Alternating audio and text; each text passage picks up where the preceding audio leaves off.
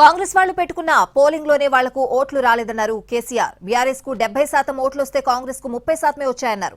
Social media జిమ్మిక్లతో BRS వాళ్లు pole ను manage చేశారంటూ కౌంటర్ ఇచ్చారు కాంగ్రెస్ నేత మల్లు రవి.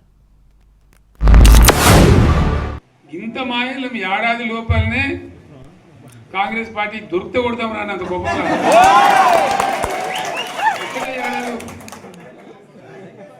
ఇంకా వాళ్ళ బొంద తెలివికి నిన్న వారి పార్టీ మంది పెట్టలు అదేందో పోలింగ్ పెట్టిన వాడు చూసారా మీరు? ఆ పోలింగ్ పెడితే 70% మనకు వచ్చింది, 30% మనకి. వాడు పెట్టింది మనం పెట్టింది కాదు.